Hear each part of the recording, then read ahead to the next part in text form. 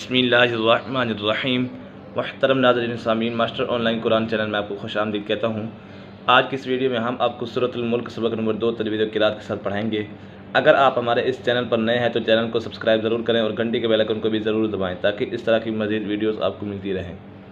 بسم اللہ الرحمن الرحیم۔ وَلَقَدْ قاف پر ہے، حرف مصطلح میں سے ہے، دال کے اوپر قلقلہ ہو رہا ہے، حرف قلقلہ کے معنی جنبش اور حرکت کے ہیں۔ ان حروف کو ادا کرتے وقت مخرج میں جنبش ہی ہوتی ہے جس کی وجہ سے آواز لوٹتی ہوئی نکلتی ہے۔ وَلَقَدْ زَيَّنَّا السَّمَاءَ الدُّنْيَا بِمَصَابِيحَ۔ زین، یہاں پر نون مشدد ہے، نون مشدد میں ہمیشہ غنہ ہوتا ہے۔ زَيَّنَّا السَّمَاءَ الدُّنْيَا، یہاں پر مد منفصل ہے اور پھر مدہ کے بعد حمزہ دوسرے کلمے میں تو اسی وجہ سے مد منفصل ہے۔ وَلَقَدْ زَيَّنَّا السَّمَاءَ الدُّنْيَا بِمَصَابِيحَ وَجَعَلْنَاهَا رُجُومًا لِلشَّيَاطِينِ وَأَعْتَدْنَا لَهُمْ عَذَابَ السَّعِيرِ۔ وَلِلَّذِينَ كَفَرُوا، واو مدہ ہے، واو سکن سے پہلے اگر پیش ہو تو واو مدہ ہوگا۔ بِرَبِّهِمْ عَذَابُ جَهَنَّمَ، یہاں پر نون مشدد ہے، نون مشدد میں ہمیشہ غنہ ہوتا ہے۔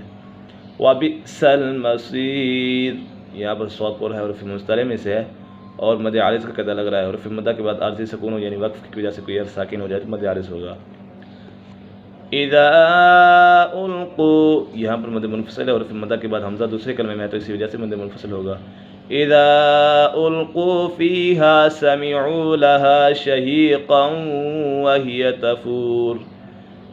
شَهِيقًا، یہاں پر ادغام یلملون ہے، نون ساکن یا تنوین کے بعد حرف یلملون میں سے کوئی بھی حرف آ جائے تو ادغام یلملون ہوگا یعنی غنہ کر کے پڑھیں گے۔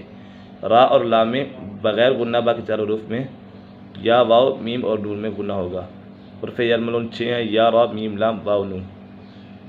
شَهِيقًا وَهِيَ تَفُورُ، یہاں پر بھی مد عارض ہے، حرف مدہ کے بعد عارض سکون ہو یعنی وقف کی وجہ سے کوئی حرف ساکن ہو جائے تو مد عارض ہوگا۔ تَكَادُ تَمَيَّزُ مِنَ الْغَيْظِ۔ تَكَادُ تَمَيَّزُ، یا مشدد ایسے جماع کے پڑھیں گے۔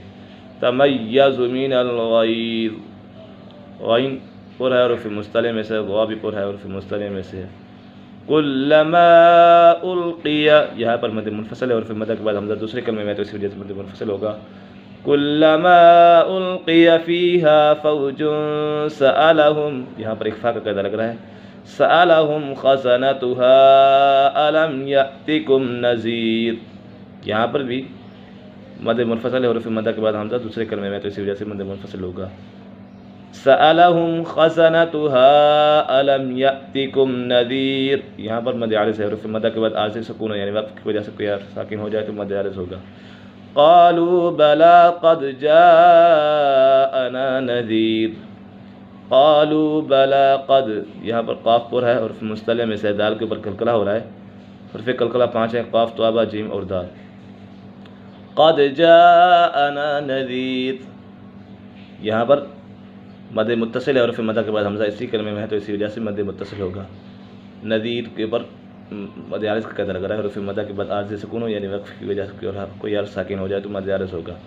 فَكَذَّبْنَا وَقُلْنَا مَا نَزَّلَ اللَّهُ مِن شَيْءٍ، یہاں پر اخفاء کا قاعدہ لگ رہا ہے، نون ساکن یا تنوین کے بعد حروف اخفاء میں سے کوئی بھی حرف آ جائے تو اخفاء ہو گیا یعنی غنہ کر کے پڑھیں گے۔ یہاں پر شین حروف اخفاء میں سے ہے۔ مِن شَيْءٍ ان انتم، یہاں پر اظہار حلقی کا قاعدہ لگ رہا ہے، نون ساکن یا تنوین کے بعد حروف حلقی میں سے کوئی بھی حرف آ جائے تو اظہار حلقی ہوگا یعنی غنہ نہیں کریں گے، یہاں پر غنہ نہیں ہوگا۔ انتم، یہاں پر غنہ ہوگا، یہاں پر اخفاء کا قاعدہ لگے گا۔ ان انتم الا فی ضلال کبیر، یہاں پر اخفاء کا قاعدہ لگ رہا ہے اور اس کے بعد کبیر کے اوپر مد عارض کا قاعدہ لگ رہا ہے، اور پھر مدہ کے بعد عارض سکون یعنی وقف کی وجہ سے کوئی حرف ساکن ہو جائے تو مد عارض ہوگا۔ ایک مرتبہ اس کو روانگی کے ساتھ پڑھ لیتے ہیں۔ بسم اللہ الرحمن الرحیم۔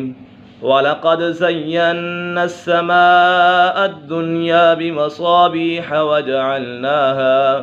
وَجَعَلْنَاهَا رُجُومًا لِلشَّيَاطِينِ وَأَعْتَدْنَا لَهُمْ عَذَابَ السَّعِيرِ۔